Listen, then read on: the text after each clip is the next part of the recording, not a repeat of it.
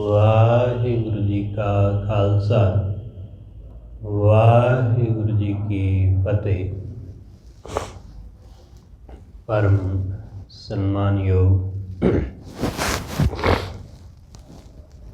गुरु चरनां विच जुड़ मिल बैठे रब रूप गुरमुख सत्संगी जन, सतगुरु जी की बख्शिश महरामत का सदका गुरु दर ते जुड़न का सुभाग समा नसीब होया। सतगुरु जी की इलाही बाणी का कीर्तन गुरु के प्यारे कीर्तनिया पासों आप जी ने सरवण किया। सतगुरु जी के हजूर बह के वाहिगुरु नाल जुड़न का, परमेश्वर नाल सांझ पाउण का उपराला कर रहे हैं। सतगुरु समझाते ने कि जदों बंदे दे मन अंदरों भरम दूर हुंदा है, तदों उहदे जीवन दे विच आनंद आउंदा है। अज दा ये कबीर साहब जी का 52 अखरी का बचन। कबीर साहब कहंदे कि बंदे दे जीवन विच हर पासे आनंद ही आनंद आ जाता है जदों उहदे मन विचों माया दे भरम मिट जाते ने, जदों वाहिगुरू नाल सांझ पै जाती है, तां हर पासे आनंद, हर पासे सुख ही सुख है।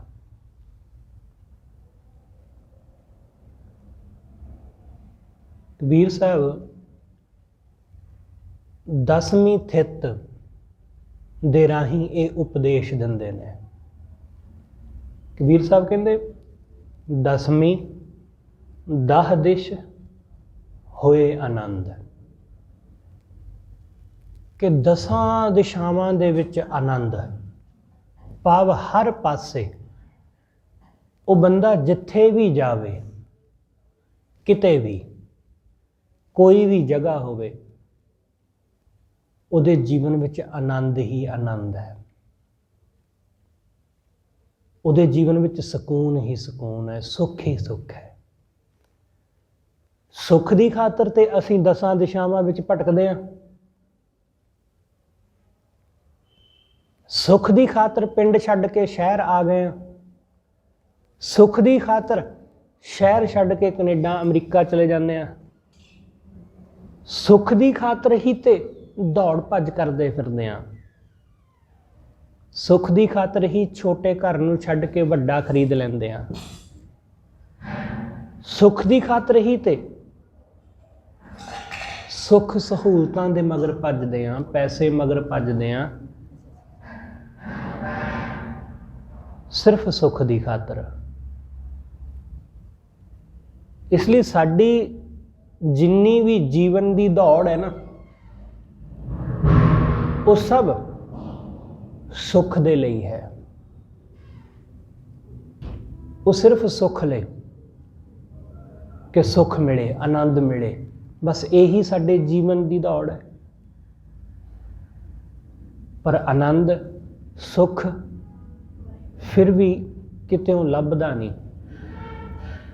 दौड़ बहुत है पर पहुँचते नहीं आ आनंद दे कोल, सुख कोल। अपने तरफों यतन बहुत करते हैं पर साडे यतन व्यर्थ जाते हैं। बिल्कुल ऐसी हालत है कोल्लू दे बैल वाली, कि सारा दिन वो चक्कर कटदा रहिंदा है, सारा दिन तुरिया रहिंदा है, पर शाम नूं जदों उहदियां अखां तो पड़दा चुक्या जांदा तां उत्थे ही खड़ोता हुंदा है, क्योंकि वो इक्को ही जगह घूमी जा रहा सी, उहदियां अखां ते पड़दा सी, इसलिए उहदियां अखां उत्ते पड़दा पा दिता जांदा है कि उसनूं ये लगे कि वो बहुत तुर रहा, बहुत तुर रहा, तुरदा भी है, इहदे विच कोई दो रावां नहीं, पर इक्को ही जगह ते घूमी जांदा है, इक्को ही जगह ते।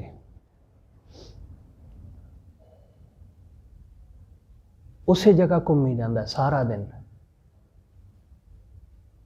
ਉਹਦੀਆਂ ਅੱਖਾਂ ਦੇ ਉੱਤੇ ਜਿਹੜਾ ਪੜਦਾ ਪਿਆ ਹੈ ਨਾ, ਉਸੇ ਨੂੰ ਭਰਮ ਕਹਿੰਦੇ ਨੇ, ਕਿਉਂਕਿ ਉਸ ਨੂੰ ਲੱਗਦਾ ਕਿ ਮੈਂ ਬਹੁਤ ਤੁਰ ਲਿਆ, ਅੱਜ ਤਾਂ ਮੈਂ ਬਹੁਤ ਲੰਬਾ ਸਫ਼ਰ ਕੀਤਾ, ਥੱਕ ਗਿਆ, ਪਰ ਪਹੁੰਚਿਆ ਕਿਤੇ ਵੀ ਨਹੀਂ ਹੈ। ਤੁਰਿਆ ਬਹੁਤ ਹੈ, ਬਹੁਤ ਦੂਰ ਤੱਕ ਗਿਆ, ਪਰ ਪਹੁੰਚਿਆ ਨਹੀਂ ਕਿਤੇ। ਬਿਲਕੁਲ ਐਸੀ ਹੀ ਹਾਲਤ ਹੈ, ਐਸਾ ਹੀ ਭਰਮ ਹੈ ਬੰਦੇ ਦੇ ਜੀਵਨ ਵਿੱਚ ਕਿ ਉਹਨੇ ਸੁੱਖ ਦੇ ਲਈ ਸਫ਼ਰ ਬਹੁਤ ਕੀਤਾ, ਉਹਨੇ ਪੈਸਾ ਜੋੜਿਆ, ਚੀਜ਼ਾਂ ਜੋੜੀਆਂ ਨੇ, ਘਰ-ਬਾਰ ਬਣਾਇਆ, ਪਰ ਸੁੱਖ ਨਹੀਂ। ਬਹੁਤ ਦੌੜ ਕੀਤੀ ਬੰਦੇ ਨੇ, ਇਸ ਲਈ ਸਭ ਦੌੜ ਕਰਨ ਤੋਂ ਬਾਅਦ ਵੀ, ਸਭ ਚੀਜ਼ਾਂ ਹਾਸਲ ਕਰਨ ਤੋਂ ਬਾਅਦ ਵੀ ਉਹ ਬੰਦਾ ਦੂਸਰਿਆਂ ਦੇ ਵੱਲ ਹੀ ਦੇਖਦਾ ਹੈ ਕਿ ਦੂਸਰੇ ਮੇਰੇ ਨਾਲੋਂ ਜ਼ਿਆਦਾ ਸੁਖੀ ਨੇ। ਇੱਥੋਂ ਛੱਡ ਕੇ ਕੈਨੇਡਾ, ਅਮਰੀਕਾ ਪਹੁੰਚ ਗਿਆ, ਇੱਥੋਂ ਵਾਲਿਆਂ ਨੂੰ ਲੱਗਦਾ ਕਿ ਉਹ ਬੰਦਾ ਬਹੁਤ ਸੁੱਖ ਮਾਣ ਰਿਹਾ, ਉਹਨੂੰ ਲੱਗ ਰਿਹਾ ਕਿ ਚੰਗਾ ਸੀ, ਇੰਡੀਆ ਵਿੱਚ ਹੀ ਚੰਗਾ ਸੀ। ਜੇ ਉਹ ਹੁਣ ਕਿਸੇ ਨੂੰ ਕਹਿੰਦਾ ਵੀ ਹੈ ਨਾ ਕਿ ਭਾਈ ਇੱਥੇ ਕੈਨੇਡਾ ਅਮਰੀਕਾ 'ਚ ਕੱਖ ਨਹੀਂ ਹੈ, ਤਾਂ ਕੋਈ ਉਹਦਾ ਯਕੀਨ ਨਹੀਂ ਕਰਦਾ, ਕੋਈ ਉਹਦੇ ਤੇ ਵਿਸ਼ਵਾਸ ਨਹੀਂ ਕਰਦਾ। ਲੋਕ ਕਹਿੰਦੇ ਨੇ ਆਪ ਤਾਂ ਤੂੰ ਆ ਗਿਆ, ਆਪ ਤਾਂ ਤੂੰ ਉੱਥੇ ਪਹੁੰਚ ਗਿਆ, ਸੈੱਟ ਹੋ ਗਿਆ ਜਾ ਕੇ, ਤੇ ਹੁਣ ਅਸੀਂ ਨਾ ਆ ਜਾਈਏ, ਇਸ ਕਰਕੇ ਤੂੰ ਸਾਨੂੰ ਕਹਿੰਦਾ ਹੈ ਕਿ ਇੱਥੇ ਕੱਖ ਨਹੀਂ ਹੈ। ਕਿਉਂਕਿ ਦੂਸਰੇ ਨੂੰ ਲੱਗਦਾ ਹੈ ਕਿ ਇਸ ਬੰਦੇ ਦੇ ਕੋਲ ਸੁੱਖ ਹੈ, ਇਹਦੇ ਬਰਾਬਰ ਨਾ ਹੋ ਜਾਵੇ ਕੋਈ, ਇਸ ਕਰਕੇ ਕਹਿੰਦਾ ਕਿ ਇੱਥੇ ਕੱਖ ਨਹੀਂ ਹੈ।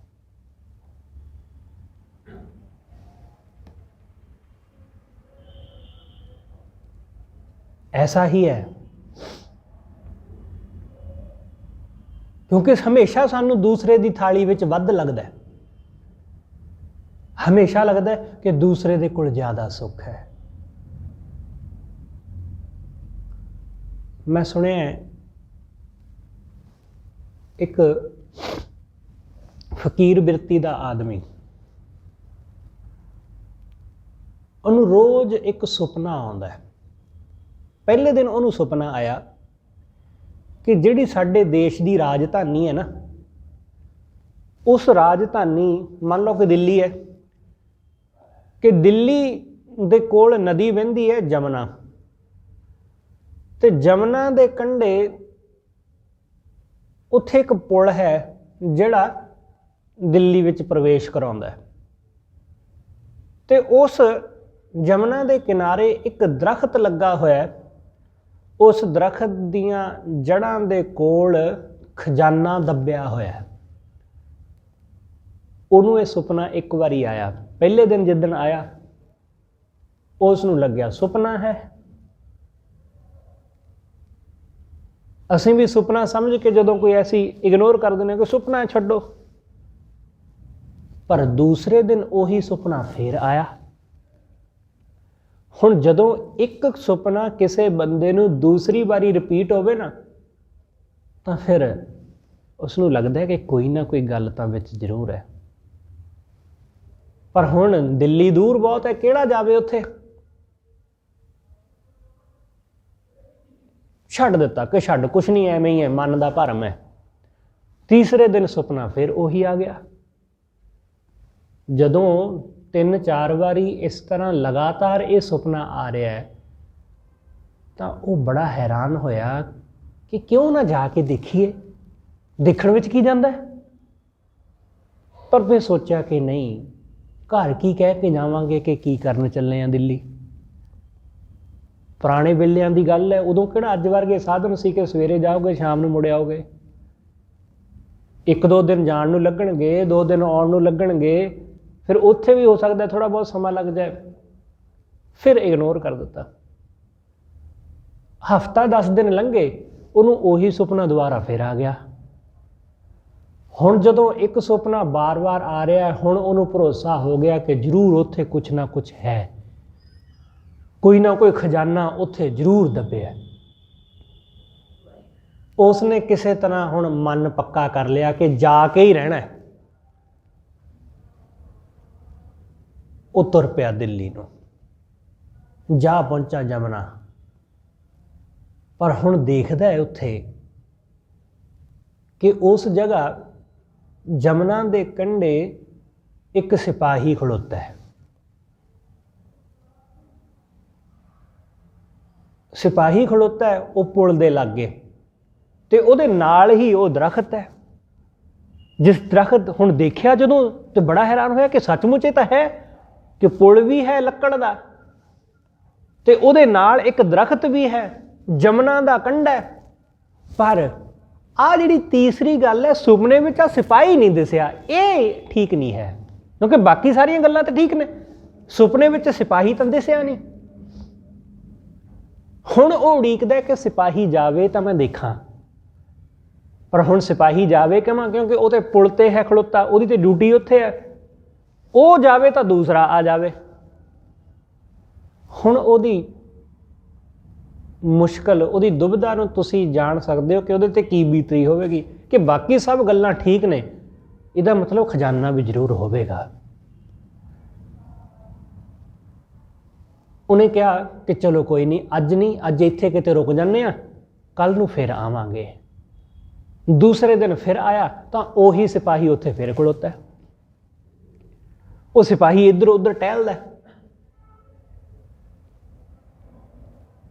ये आदमी थोड़ी थोड़ी देर बाद चक्कर लगाउंदा है। ये फकीर जिहड़ा है कि वो खिसके इधर उधर होवे, कोई चाह पानी पीण जावे तां मैं उत्थे देखां। पर वो हुण सिपाही जिहड़ा है, जो एक जांदा तां दूसरा आ जांदा है। इहनूं मौका ना मिलिया। 2 दिन हो गए, तीसरे दिन इन्हें फिर कोशिश की, पर तीसरे दिन भी गल ना बनी। जदों इहनूं टहलदियां देखिया ना इधर उधर, सिपाही ने उन्हें इहनूं रोक लिया कि आ भाई किधर नूं, कि तैनूं 3 दिन हो गए मैं देखदा है कि तूं इत्थे ही चक्कर कट्टदा फिरदा, गल की है, की लभदा फिरदा तूं? तो उसने कहा जी लभदा तो कुछ नहीं फिरदा, बस एक सुपने दा मारिया फिरदा। सुपने दा? किहड़ा सुपना? उन्हें कहा जी एक सुपना आउंदा बड़ा सताउंदा है मैनूं। तो उस सिपाही ने कहा कि रुक जाओ, पहला मेरी भी गल सुन लो, मेरी भी गल सुन लो। उसने कहा जी दसो की गल? एक सुपना मैनू भी आ रहा है कि फलाना फलाना एक शहर है, पिंड है एक छोटा जिहा, उस पिंड दे विच एक फकीर रहिंदा है, उहदा छोटा जिहा पुराना जिहा घर है,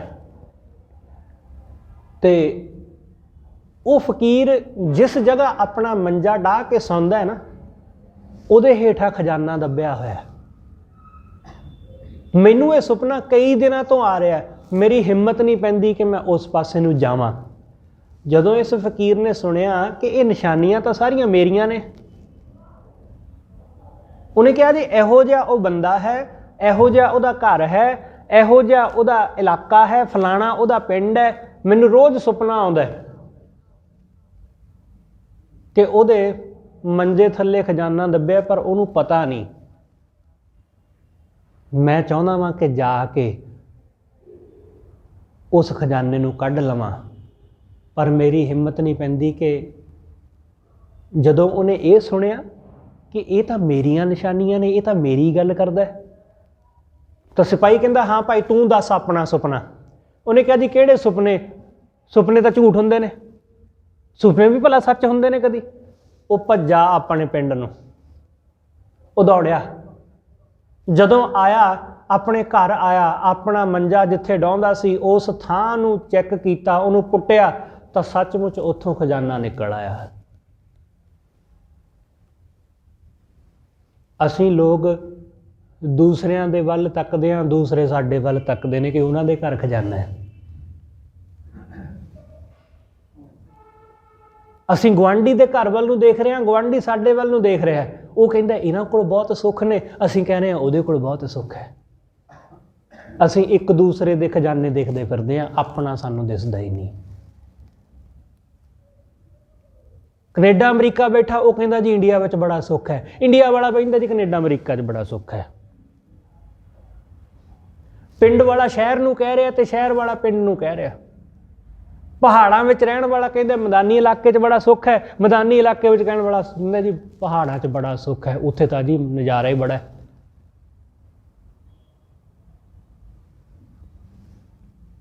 ਹਰ ਬੰਦਾ ਦੂਸਰੇ ਨੂੰ ਕਹਿ ਰਿਹਾ ਕਿ ਦੂਸਰੇ ਦੇ ਘਰ ਵਿੱਚ ਸੁੱਖ ਹੈ,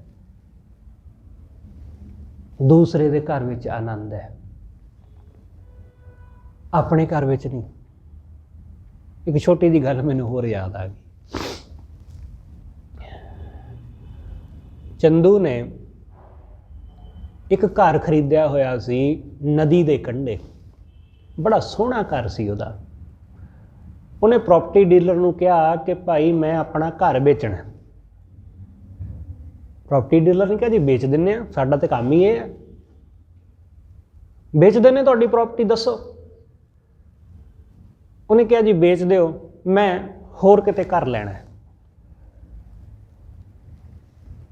ਉਸਨੇ ਦੂਸਰੇ ਦਿਨ ਹੀ ਸਵੇਰੇ ਅਖਬਾਰ ਵਿੱਚ ਇਸ਼ਤਿਹਾਰ ਦੇ ਦਿੱਤਾ ਪ੍ਰੋਪਰਟੀ ਡੀਲਰ ਨੇ ਕਿ ਨਦੀ ਦੇ ਕੰਢੇ ਘਰ ਹੈ, ਬਹੁਤ ਹੀ ਸੋਹਣੀ ਆਬੋ ਹਵਾ ਹੈ, ਬੜਾ ਸੁੰਦਰ ਬਣਿਆ ਹੋਇਆ ਹੈ, ਉਹਦੇ ਦੁਆਲੇ ਬਹੁਤ ਸਾਰੇ ਫੁੱਲ ਬੂਟੇ ਨੇ, ਨਦੀ ਦੇ ਵਿੱਚ ਬੈਠ ਕੇ ਨਦੀ ਦੇ ਪਾਣੀ ਦਾ ਆਨੰਦ ਲੈਣ ਵਾਸਤੇ ਕਿਨਾਰੇ ਤੇ ਲੱਕੜ ਦੀਆਂ ਪੌੜੀਆਂ ਬਣੀਆਂ ਹੋਈਆਂ ਨੇ। ਉਹਨੇ ਜਿੰਨੀ ਵੀ ਉਹਦੀ ਸਿਫਤ ਕਰ ਸਕਦਾ ਸੀ ਉਹਨੇ ਸਾਰੀ ਇਸ਼ਤਿਹਾਰ ਵਿੱਚ ਦੇ ਦਿੱਤੀ। ਚੰਦੂ ਦੇ ਘਰ ਵਿੱਚ ਵੀ ਅਖਬਾਰ ਆਉਂਦੀ ਸੀ, ਉਹਨੇ ਅਖਬਾਰ ਪੜ੍ਹੀ, ਉਹਦੀ ਨਿਗਾਹ ਉਸ ਇਸ਼ਤਿਹਾਰ ਤੇ ਗਈ।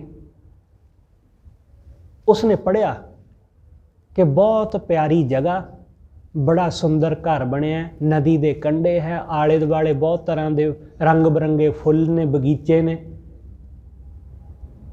ਬੜੀ ਸ਼ਾਂਤੀ, ਬੜਾ ਸ਼ਾਂਤ ਇਲਾਕਾ ਹੈ, ਕੋਈ ਸ਼ੋਰਗੁਲ ਨਹੀਂ ਹੈ, ਕੋਈ ਸ਼ਹਿਰ ਦਾ ਰੌਲਾ ਨਹੀਂ, ਕੋਈ ਗੱਡੀਆਂ ਦਾ ਰੌਲਾ ਨਹੀਂ, ਬਿਲਕੁਲ ਸ਼ਾਂਤ ਮਾਹੌਲ ਹੈ। ਚੰਦੂ ਨੇ ਪੜ੍ਹਿਆ ਤੇ ਪੜ੍ਹ ਕੇ ਪ੍ਰੋਪਰਟੀ ਡੀਲਰ ਨੂੰ ਫੋਨ ਕੀਤਾ। ਪ੍ਰੋਪਰਟੀ ਡੀਲਰ ਨੂੰ ਫੋਨ ਕੀਤਾ ਤੇ ਫੋਨ ਕਰਕੇ ਕਹਿੰਦਾ ਕਿ ਇਸੇ ਘਰ ਦੀ ਤਾਂ ਮੈਨੂੰ ਤਲਾਸ਼ ਸੀ, ਇਹੀ ਘਰ ਤਾਂ ਮੈਂ ਲੱਭ ਰਿਹਾ ਵਾਂ ਕਈ ਸਾਲਾਂ ਤੋਂ, ਮੈਂ ਨਹੀਂ ਵੇਚਣਾ ਘਰ, ਇਹ ਮੈਂ ਇਸੇ ਵਿੱਚ ਰਹਾਂਗਾ। ਜਦੋਂ ਤੱਕ ਕੋਈ ਦੂਸਰਾ ਬੰਦਾ ਆ ਕੇ ਸਾਡੇ ਬਾਰੇ ਗੱਲ ਨਾ ਕਰੇ, ਸਾਨੂੰ ਆਪਣੇ ਬਾਰੇ ਪਤਾ ਨਹੀਂ ਚੱਲਦਾ। ਜਦੋਂ ਤੱਕ ਕੋਈ ਦੂਸਰਾ ਨਾ ਦੱਸੇ ਨਾ ਕਿ ਭਾਈ ਤੇਰੇ ਕੋਲ ਆਹ ਚੀਜ਼ ਬਹੁਤ ਵਧੀਆ, ਸਾਨੂੰ ਉਹਦੀ ਕੀਮਤ ਦਾ ਪਤਾ ਨਹੀਂ ਚੱਲਦਾ ਹੈ। ਉਹ ਕਹਿੰਦੇ ਕਿ ਮੈਂ ਤਾਂ ਸਾਰੀ ਜ਼ਿੰਦਗੀ ਇਸ ਘਰ ਨੂੰ ਲੱਭਦਾ ਸੀ, ਪਰ ਮੈਨੂੰ ਪਤਾ ਨਹੀਂ ਸੀ ਕਿ ਮੈਂ ਰਹਿੰਦਾ ਹੀ ਉਹਦੇ ਵਿੱਚ। ਇਸ ਲਈ ਜਿਹੜੇ ਸੁੱਖ ਅਸੀਂ ਲੱਭਦੇ ਫਿਰਦੇ ਹਾਂ ਉਹ ਸੁੱਖ ਸਾਡੇ ਕੋਲ ਆਲਰੇਡੀ ਹੈਗੇ ਨੇ, ਉਹ ਆਨੰਦ ਸਾਡੇ ਕੋਲ ਆਲਰੇਡੀ ਮੌਜੂਦ ਹੈ, ਪਰ ਸਾਡਾ ਧਿਆਨ ਦੂਸਰਿਆਂ ਦੇ ਸੁੱਖ ਵੱਲ ਹੈ, ਇਸ ਕਰਕੇ ਆਪਣਾ ਸੁੱਖ ਦਿਸਦਾ ਨਹੀਂ, ਆਪਣਾ ਆਨੰਦ ਨਜ਼ਰ ਨਹੀਂ ਆਉਂਦਾ, ਦੂਸਰੇ ਦਾ ਨਜ਼ਰ ਆਉਂਦਾ ਹੈ। ਕਬੀਰ ਸਾਹਿਬ ਕਹਿੰਦੇ ਜਦੋਂ ਮਨ ਦੇ ਉੱਪਰੋਂ ਇਹ ਭਰਮ ਮਿਟ ਜਾਂਦਾ ਹੈ ਨਾ, ਤਦੋਂ ਫਿਰ ਬੰਦੇ ਨੂੰ ਆਨੰਦ ਹੀ ਆਨੰਦ ਮਿਲਦਾ ਹੈ। ਦਸਵੀਂ 10 ਦਿਸ਼ ਹੋਏ ਆਨੰਦ, ਫਿਰ 10 ਦਿਸ਼ਾਵਾਂ ਵਿੱਚ ਆਨੰਦ ਹੀ ਆਨੰਦ ਹੈ। ਕਦੋਂ ਛੁੱਟੈ ਭਰਮ, ਜਦੋਂ ਭਰਮ ਛੁੱਟ ਗਿਆ, ਜਦੋਂ ਭੁਲੇਖਾ ਮਿਟ ਗਿਆ ਕਿ ਦੂਸਰੇ ਕੋਲ ਸੁੱਖ ਹੈ। ਨਹੀਂ, ਦੂਸਰੇ ਕੋਲ ਹੋਵੇਗਾ ਸੁੱਖ, ਉਹ ਉਹਦਾ ਹੈ, ਉਹ ਉਸ ਦਾ ਹੈ, ਉਸ ਸੁੱਖ ਨਾਲ ਸਾਨੂੰ ਕੁਝ ਹਾਸਲ ਹੋਣ ਵਾਲਾ ਨਹੀਂ। ਦੂਸਰੇ ਦੇ ਘਰ ਵਿੱਚ ਬਹੁਤ ਮਹਿੰਗੀ ਫਰਿੱਜ ਹੈ, ਉਹਦਾ ਸਾਨੂੰ ਕੀ ਸੁੱਖ, ਕੋਈ ਹੈ ਕੋਈ ਸੁੱਖ ਉਹਦਾ? ਦੂਸਰੇ ਦੇ ਘਰ ਦੇ ਵਿੱਚ ਬਹੁਤ ਵੱਡੀ LED ਲੱਗੀ ਹੈ, ਉਹਦਾ ਸਾਨੂੰ ਕੀ ਸੁੱਖ, ਕੋਈ ਸੁੱਖ ਨਹੀਂ। ਦੂਸਰੇ ਦੇ ਘਰ ਵਿੱਚ 에ਅਰ ਕੰਡੀਸ਼ਨ ਹੈ, ਦੂਸਰੇ ਦੇ ਘਰ ਦੇ ਬਾਹਰ ਮਹਿੰਗੀ ਗੱਡੀ ਖੜੀ ਹੈ, ਸਾਨੂੰ ਉਹਦਾ ਕੀ ਸੁੱਖ, ਕੋਈ ਸੁੱਖ ਨਹੀਂ ਉਹਦਾ।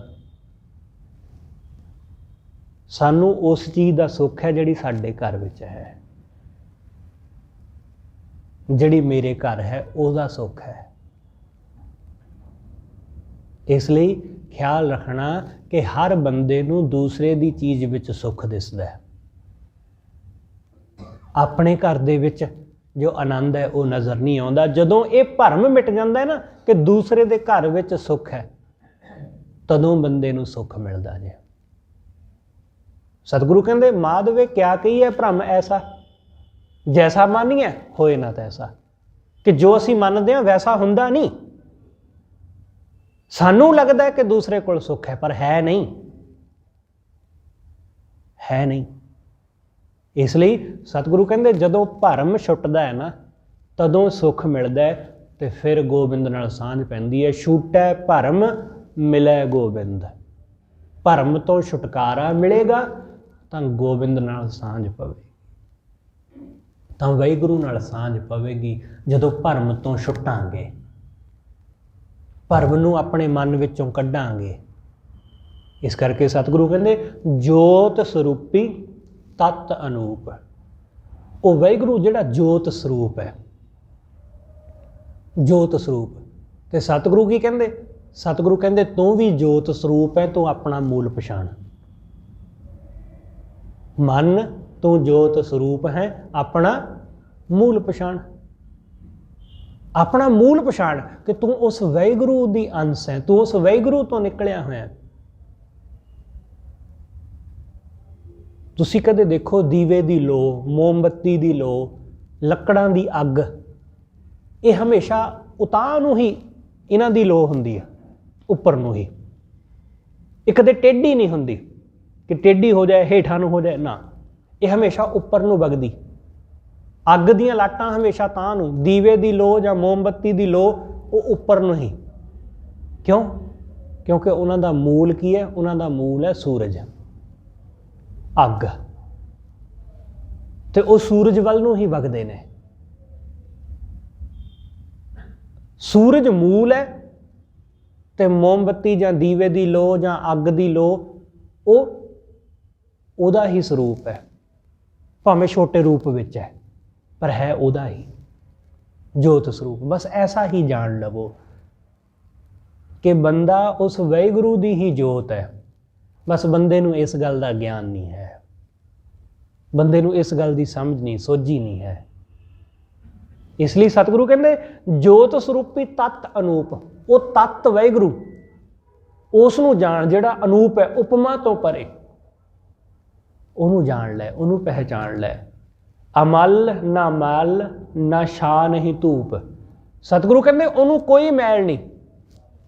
बंदे दी जिहड़ी जिंद है, बंदे दी जो आत्मा है, उसनूं कोई मैल नहीं है, वो कदे मैली नहीं हुंदी। मन मैला हुंदा है पर आत्मा कदे मैली नहीं हुंदी। ना आत्मा कदे जवान हुंदी है, ना कदे बुढ़ी हुंदी, इक्को जी है, हमेशा इक्को। सतगुरु कहते अमल ना मल ना छा नहीं धूप, कि जदों बंदा आत्मा नूं जान लैंदा है, उस जोत स्वरूप नाल जुड़ जांदा है, उस अनुपम वाहिगुरू नाल सांझ पा लैंदा है, सतगुरु कहते फिर ये मैल तो रहत हो जांदा है, इनू कोई मैल नहीं लगदी, छां इनू विषयां विकारां दी छां नहीं चंबड़दी, इनू धूप इन्हां दा कोई काम क्रोध दा दुख भी नहीं लगदा है, सेक ईर्षा तृष्णा दा सेक भी नहीं सहना पैंदा, धुप भी नहीं सहनी पैंदी, इन्हां सब चीज़ां तो मुक्त हो जांदा है। इसलिए सतगुरु कहते भाई उस वाहिगुरू नाल जुड़ ते अपने अंदर दे भरम नूं दूर कर। एकादशी एक दिश धावै, एकादशी 11वीं थित, 10वीं तो बाद 11वीं थित। सतगुरु कहते एक दिश धावै कि बंदे नूं चाहीदा है कि इहदा मन इक्को पासे जावे, एक दिश। साडा मन एक है पर यह दौड़दा 10 दिशावां वल, सारे पासे भजदा है। एक अद्धे सैकंड विच बहुत थाई घूम के आ जाता है। साडा मन बहुत थाई खिंडिया होया, एक चीज़ विच नहीं लगा, बहुत चीज़ां विच लगा है।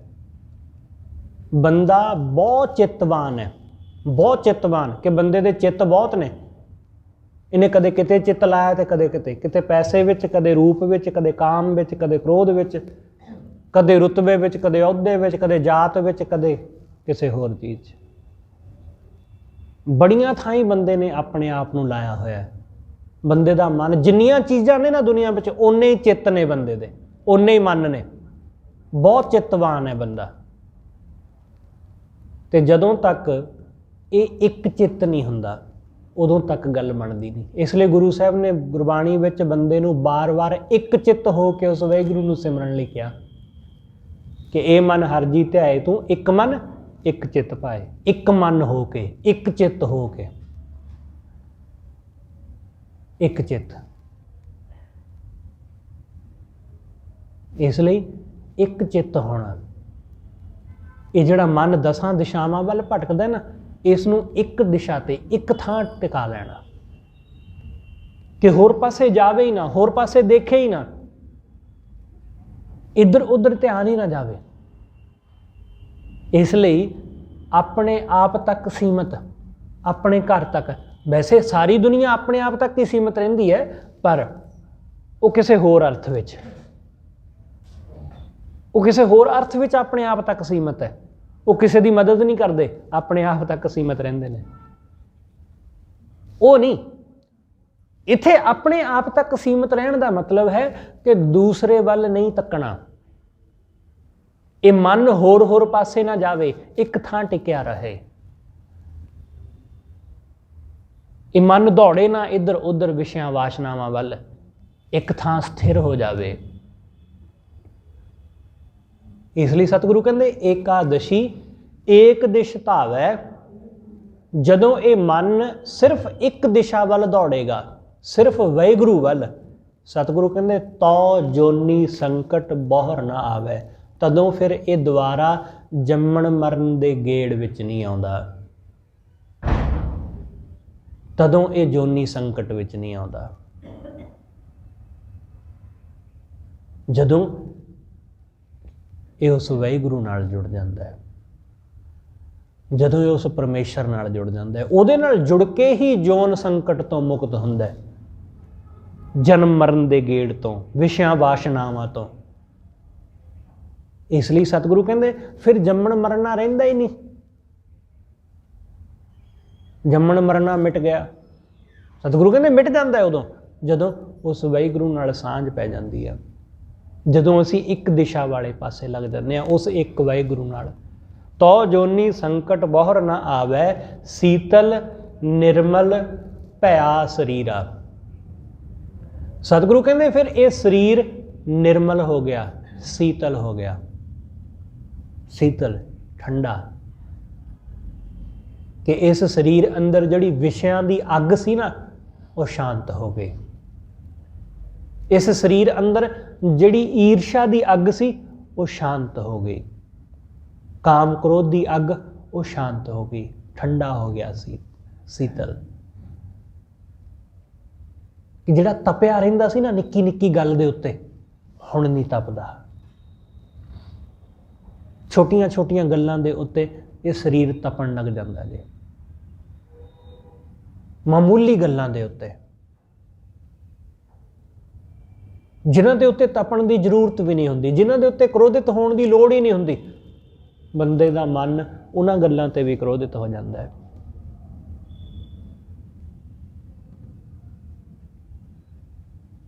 ਕਈ ਵਾਰੀ ਬੱਚੇ ਦੀ ਨਿੱਕੀ ਜਿਹੀ ਗੱਲ ਉੱਤੇ ਵੀ ਕ੍ਰੋਧਿਤ ਹੋ ਜਾਂਦਾ ਹੈ। ਇਹ ਸੁਭਾਵਿਕ ਹੈ ਕਿ ਜਿਹੜਾ ਛੋਟਾ ਬੱਚਾ ਹੈ ਉਹ ਸ਼ਰਾਰਤ ਕਰੇਗਾ ਹੀ ਕਰੇਗਾ। ਛੋਟਾ ਬੱਚਾ, ਉਹਦਾ ਇਹ ਕੁਦਰਤੀ ਹੈ, ਉਹ ਕੁਛ ਨਾ ਕੁਛ ਕਰੇਗਾ ਹੀ, ਕਿਉਂਕਿ ਉਹ ਕੁਛ ਕੀਤੇ ਬਿਨਾਂ ਰਹਿ ਨਹੀਂ ਸਕਦਾ। ਉਹਦੇ ਲਈ ਹਜੇ ਸਭ ਕੁਛ ਨਵਾਂ ਹੈ, ਉਹਨੇ ਕੁਛ ਨਹੀਂ ਦੇਖਿਆ। ਜਿਵੇਂ ਜਿਵੇਂ ਉਹ ਜਵਾਨ ਹੋਵੇਗਾ, ਵੱਡਾ ਹੋਵੇਗਾ, ਉਹ ਸਾਰੀਆਂ ਹਰਕਤਾਂ ਉਹਦੀਆਂ ਜਾਂਦੀਆਂ ਰਹਿਣਗੀਆਂ।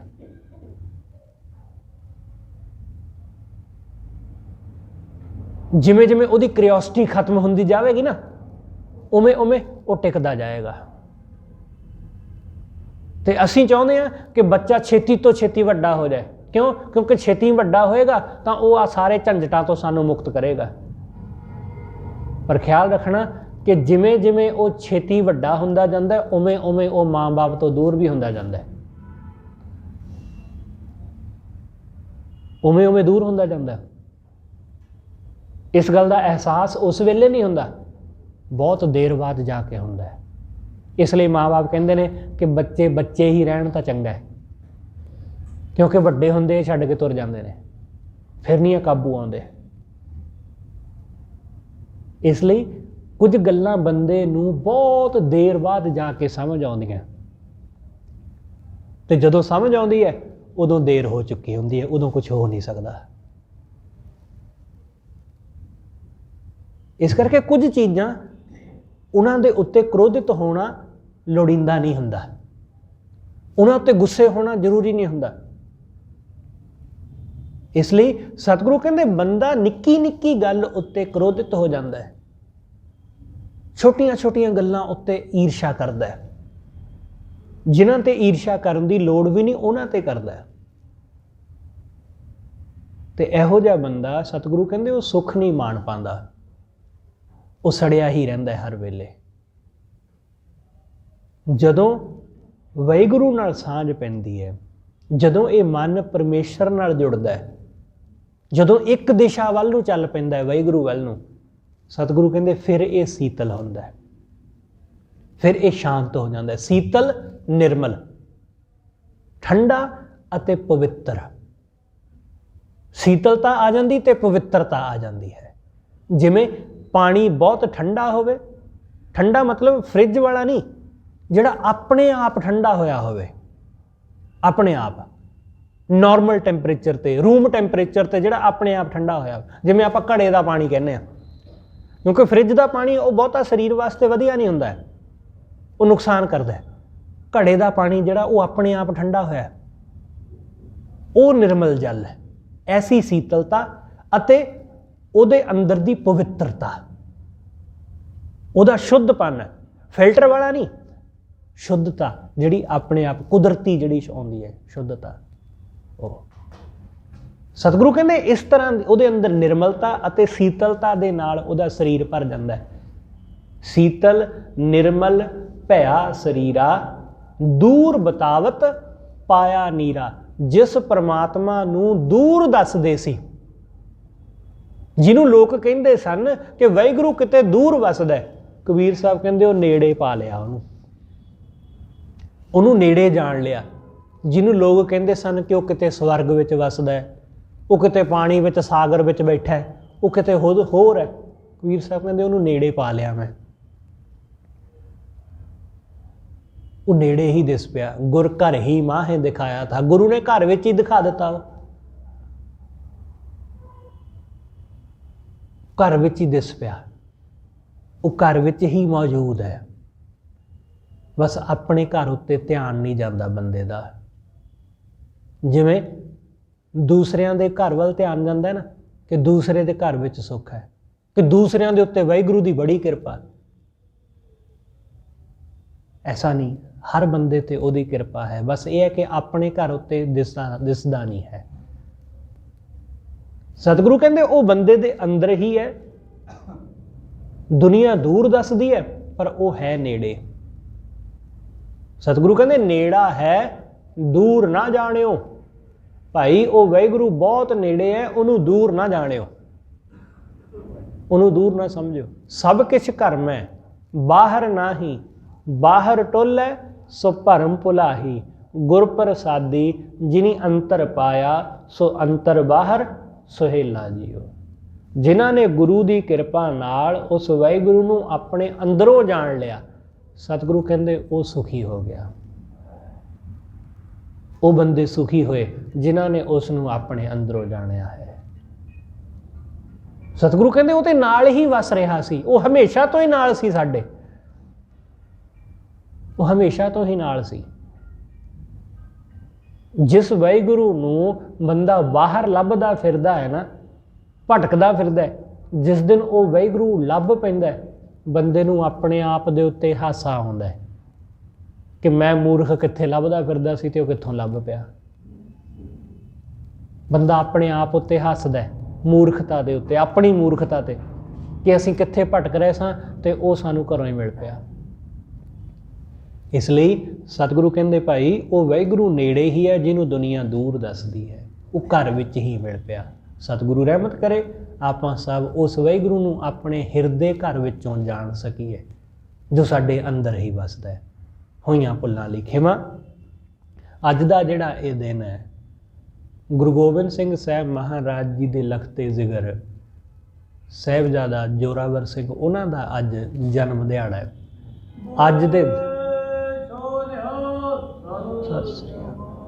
ਅੱਜ ਦੇ ਦਿਨ ਮੱਘਰ ਸੁਦੀ 3 ਮਾਤਾ ਜੀਤੋ ਜੀ ਦੀ ਕੁੱਖੋਂ ਉਹਨਾਂ ਨੇ ਅਵਤਾਰ ਲਿਆ, ਜਨਮ ਲਿਆ। ਉਹਨਾਂ ਦੇ ਜੀਵਨ ਦੇ ਸੰਬੰਧ ਵਿੱਚ ਬਹੁਤੀ ਜਾਣਕਾਰੀ ਸਾਡੇ ਕੋਲ ਨਹੀਂ ਹੈ। ਸ਼ਹਾਦਤ ਦੇ ਸੰਬੰਧ ਵਿੱਚ ਹੀ ਜ਼ਿਆਦਾਤਰ ਸਾਡੇ ਸਾਖੀਕਾਰਾਂ ਨੇ ਉਹਨਾਂ ਦੇ ਜੀਵਨ ਦੇ ਸੰਬੰਧ ਵਿੱਚ ਲਿਖਿਆ। ਉਹਨਾਂ ਨੇ ਗੁਰੂ ਪਿਤਾ ਦੀ ਹਜ਼ੂਰੀ ਵਿੱਚ ਰਹਿ ਕੇ ਬਹੁਤ ਕੁਝ ਸਿੱਖਿਆ। ਸ਼ਾਇਦ ਲੰਮੇਰੀਆਂ ਉਮਰਾਂ ਵਾਲੇ ਵੀ ਉਹ ਕੁਝ ਨਹੀਂ ਸਿੱਖ ਪਾਉਂਦੇ ਜੋ ਕੁਝ ਉਹਨਾਂ ਨੇ ਛੋਟੀ ਜਿਹੀ ਉਮਰ ਵਿੱਚ ਆਪਣੇ ਪਿਤਾ, ਆਪਣੇ ਭਰਾਵਾਂ ਤੇ ਗੁਰੂ ਕੇ ਸਿੱਖਾਂ ਦੀ ਸੰਗਤ ਵਿੱਚੋਂ ਉਹਨਾਂ ਨੇ ਜਾਣ ਲਿਆ। ਭਗਤੀ, ਸ਼ਕਤੀ, ਦਲੇਰੀ, ਉੱਚਾ ਸੁੱਚਾ ਜੀਵਨ, ਲੱਖਾਂ ਕਰੋੜਾਂ ਨੂੰ ਕਿਵੇਂ ਠੋਕਰ ਮਾਰਨੀ ਹੈ, ਐਸੀ ਜੁਰਤ, ਇਹ ਉਹਨਾਂ ਨੂੰ ਆਪਣੇ ਗੁਰੂ ਪਿਤਾ, ਆਪਣੇ ਦਾਦੇ, ਉਹਨਾਂ ਦੇ ਕੋਲੋਂ ਹਾਸਲ ਹੋਈ ਹੈ। ਕੁਝ ਚੀਜ਼ਾਂ ਬੰਦੇ ਨੂੰ ਵਿਰਾਸਤ ਵਿੱਚ ਮਿਲਦੀਆਂ, ਜਿਵੇਂ ਸਾਡੇ ਮਾਂ-ਬਾਪ ਸਾਡੇ ਵਾਸਤੇ ਥੋੜ੍ਹਾ ਬਹੁਤ ਧਨ, ਥੋੜ੍ਹੀ ਬਹੁਤ ਜ਼ਮੀਨ ਉਹ ਦੇ ਜਾਂਦੇ ਨੇ, ਉਹ ਸਾਨੂੰ ਵਿਰਾਸਤ ਵਿੱਚ ਮਿਲ ਗਈਆਂ। ਪਰ ਕੁਝ ਸ਼ਖਸੀਅਤਾਂ ਐਸੀਆਂ ਹੁੰਦੀਆਂ ਕਿ ਜਿਨ੍ਹਾਂ ਨੂੰ ਵਿਰਾਸਤ ਵਿੱਚ ਗੁਣ ਮਿਲਦੇ ਨੇ। ਗੁਣ ਕਿ ਸ਼ਹਾਦਤ ਦਾ ਗੁਣ, ਕਿ ਆਪਣੇ ਦਾਦੇ ਵਾਂਗ ਸ਼ਹੀਦ ਹੋਣ ਦਾ ਗੁਣ, ਉਹਨਾਂ ਵਾਂਗ ਜੁਰਤ, ਇਹ ਗੁਣ ਇਹ ਵਿਰਾਸਤ ਵਿੱਚ ਕਿਸੇ ਕਿਸੇ ਨੂੰ ਨਸੀਬ ਹੁੰਦੇ ਨੇ। ਤੇ ਉਹਨਾਂ ਦੇ ਜਨਮ ਦਿਹਾੜੇ ਤੇ ਆਪ ਸਮੂਹ ਸੰਗਤਾਂ ਨੂੰ ਉਹਨਾਂ ਦੇ ਜਨਮ ਦਿਵਸ ਦੀਆਂ ਲੱਖ ਲੱਖ ਵਧਾਈਆਂ। ਸ਼ਾਮ ਦੇ ਦੀਵਾਨ ਵਿੱਚ ਇਹਨਾਂ ਦੇ ਸੰਬੰਧ ਵਿੱਚ ਆਪਾਂ ਵਿਸਥਾਰ ਨਾਲ ਜਾਣਾਂਗੇ। ਹੋਈਆਂ ਭੁੱਲਾਂ ਲਈ ਖਿਮਾ। ਸਤਿਗੁਰੂ ਜੀ ਅਤੇ ਆਪ ਸਰਬੱਤ ਸੰਗਤ ਬਖਸ਼ਣਯੋਗ। ਭੁੱਲਾਂ ਨਾ ਚਿਤਾਰਦੇ ਹੋਏ ਆਖੋ ਜੀ ਵਾਹਿਗੁਰੂ ਜੀ ਕਾ ਖਾਲਸਾ, ਵਾਹਿਗੁਰੂ ਜੀ ਕੀ ਫਤਿਹ।